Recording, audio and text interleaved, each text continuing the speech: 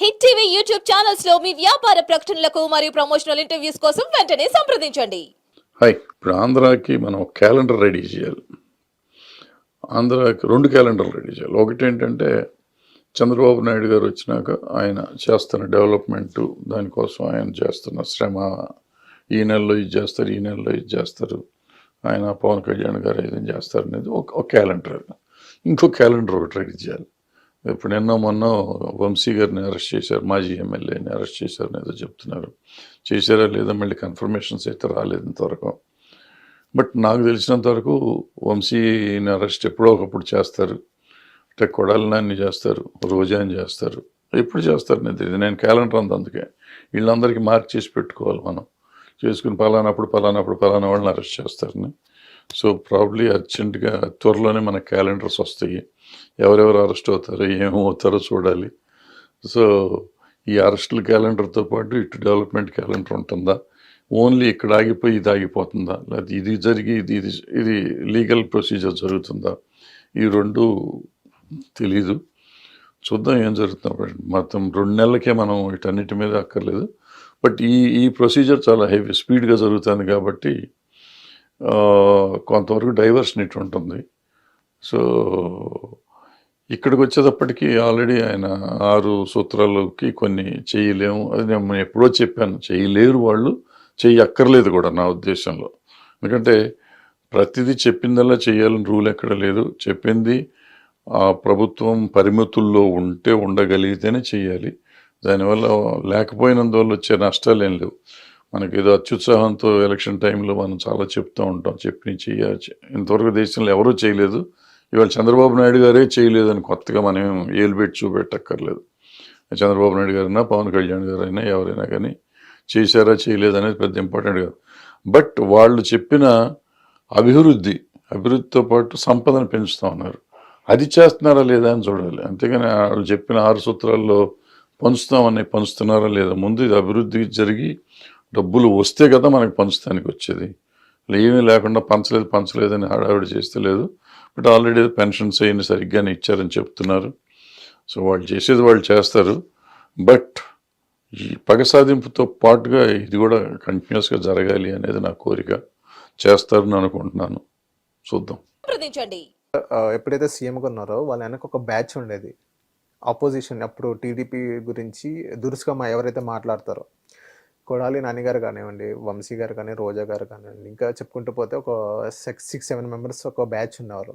So వాళ్ళందరూ Delhi tour ఆయన ధర్నా చేసేటప్పుడు ఒక్కరు కూడా కనిపించలేదు సార్. వాళ్ళ ఇంకా దూరం పెట్టారా లేకపోతే ఏంటి సార్ పరిస్థితి ఏంటి? జగన్మోహన్ రెడ్డి వాళ్ళే దూరం అయ్యి ఉంటారు. వాళ్ళే దూరం అయ్యారు.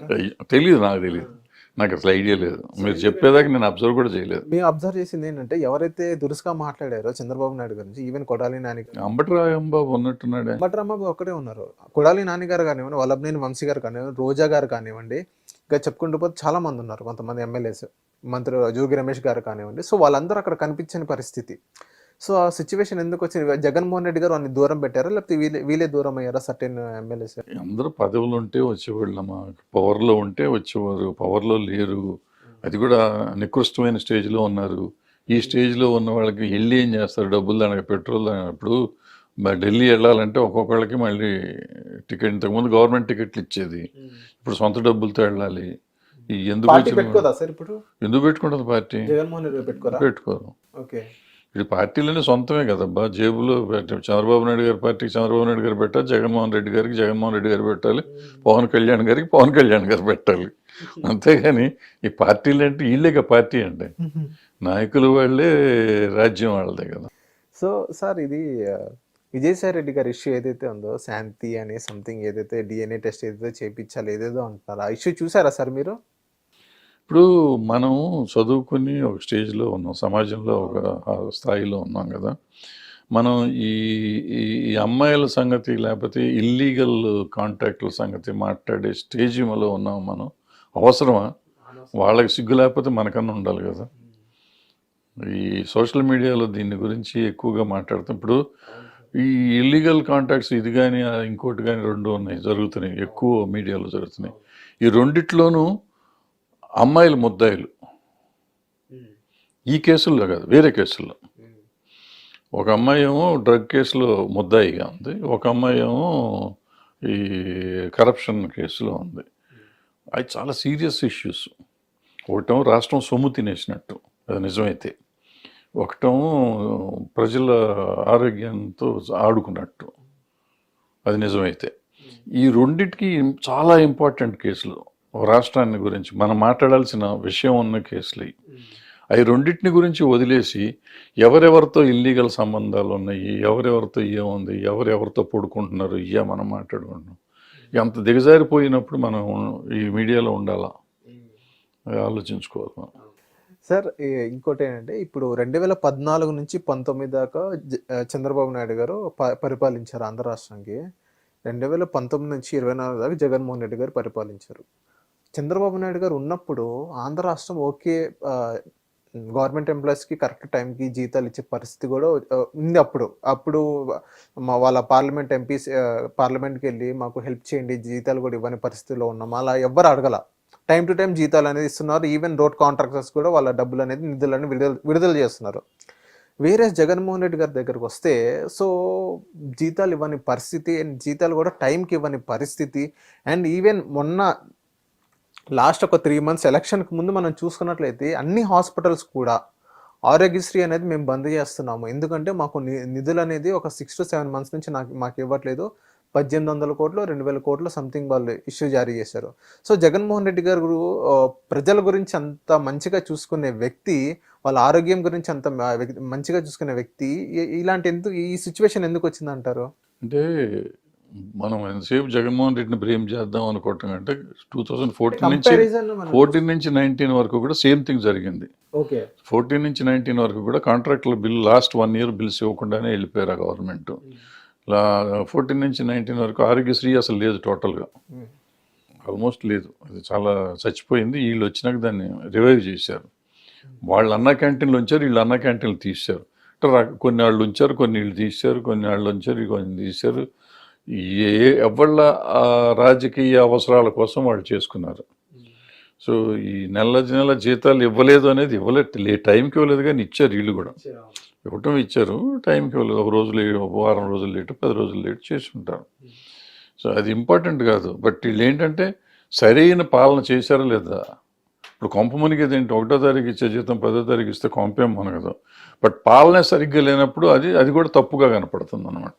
అంటే వీళ్ళు కూడా సహకరిస్తారు. ఇప్పుడు నిజంగా రాష్ట్రానికి ఇబ్బంది వచ్చింది అనుకుంటే గవర్నమెంట్ ఎంప్లాయీస్ 10 రోజులు లేట్ అయినంత లోపల కొంప హడావిడి ఏం చేసేవారు కాదు.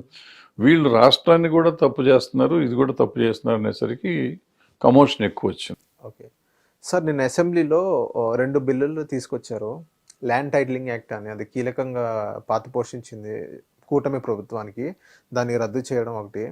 అండ్ ఈవెన్ జగన్మోహన్ రెడ్డి గారు వచ్చిన తర్వాత ఎన్టీఆర్ హెల్త్ యూనివర్సిటీని వైఎస్ఆర్ హెల్త్ యూనివర్సిటీగా మార్చడం, వీళ్ళు వచ్చిన తర్వాత వైఎస్ఆర్ యూనివర్సిటీని ఇప్పుడు నార్మల్గా ఎన్టీఆర్ యూనివర్సిటీగా మార్చారు.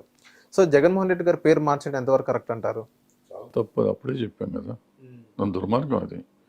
యూనివర్సిటీ పేరు మార్చడం ఏంటి, అది కూడా రాత్రికి రాత్రి పేరు బోర్డులు కూడా మార్చేసేయటం అనేది చాలా అన్యాయం. అది ఆయన ఓడిపోవడానికి కొన్ని కారణాల్లో ఇదొక పెద్ద కారణం. అంతే అంటారా? అదొక కారణం. ఇటువంటి చిల్లర పనులు కదా అయ్యి. ఇప్పుడు ఒక యూనివర్సిటీ పేరు ఏంటంటే జిల్లాకి పెట్టాం కదా, జిల్లాకి పెడితే కాలేజ్ పేరు తీసేస్తారా? బుద్ధి ఉండాలి కదా చేస్తానికి. ఆ రోజు చెప్పాం అది మనం. నిన్న చంద్రబాబు నాయుడు గారు ఒక వైట్ పేపర్ రిలీజ్ చేశారు అసెంబ్లీలో మద్యం గురించి. సో మద్యంలో చాలా కుంభకోణాలు జరిగినాయి. ఇక్కడ ఇండియా మొత్తం సార్ డిజిటల్ పేమెంట్ జరుగుతుంది, కాకపోతే ఆంధ్ర వైన్ షాప్లో కానీ డిజిటల్ పేమెంట్ అనేది లేదు, ఓన్లీ క్యాష్ అనేది తీసుకుంటున్నారు. అండ్ ఏదైనా క్వాలిటీ మద్యం అమ్ముతున్నారు అంటే నాసిరకం మద్యం అమ్ముతున్నారు. 60 రూపాయలతో తయారయ్యే మందు 200తో సంథింగ్ ఏదో అమ్ముతున్నారు, పిచ్చి పిచ్చి పేర్లు పెట్టి. సో దాని గురించి చంద్రబాబు నాయుడు గారు నిన్న శ్వేతపత్రం అనేది రిలీజ్ చేశారు. అండ్ ఇదే ఏదైతే మద్యం గురించి జగన్ గారు హయాంలో వీళ్ళు క్వశ్చన్ చేసేటప్పుడు వాళ్ళు ఏమన్నారంటే, ఏదైతే ఈ బూమ్ బూమ్ బీర్, ఈ స్పెషల్ స్టేటస్, ఏదైతే ఈ పేర్లు ఏదైతే ఉన్నాయో దానికి పర్మిషన్ ఇచ్చిందే చంద్రబాబు నాయుడు గారు అని వాళ్ళు చెప్పుకుంటూ వచ్చారు. సో ఏది కరెక్ట్ సార్? ఇప్పుడు మనం చూసుకున్నాం, ఇప్పుడు కరెక్ట్ తప్పు చంద్రబాబు నాయుడు గారు చెప్పాలి. ఇప్పుడు వైట్ పేపర్ రిలీజ్ చేశారు కదా ఆయన, వైట్ పేపర్ రిలీజ్ చేసినప్పుడు ఆయన చెప్పాలి, వీటన్నిటికీ నేనే పర్మిషన్లు ఇచ్చాను, ఇచ్చుంటే ఇవ్వకపోతే నేను ఇవ్వలేదు. ఆ వైట్ పేపర్లో ఆయన మెన్షన్ చేయాలి. అది ఆయన డ్యూటీ. నిజాయితీగా ఇప్పుడు ప్రజలు అంత బ్రహ్మరథం పట్టినప్పుడు ప్రజలకు సమాధానం చెప్పాల్సిన బాధ్యత ఆయనకు కూడా ఉంది కదా. అవును. ఈ ఈ ఈ ఈ బ్రాండ్లన్నీ మేమే చేసాం అప్పట్లో, చేస్తే ఇచ్చారు, బట్ మిగిలినవి కూడా ఇవ్వాల్సింది, ఈ కూడా ఇచ్చి ఉండాల్సింది నేనే చేశానని చెప్పాలి. చేయకపోతే నేను చేయలేదు, ఆ దుర్మార్గులు ఇట్లా అబద్ధాలు ఆడారని చెప్పాలి.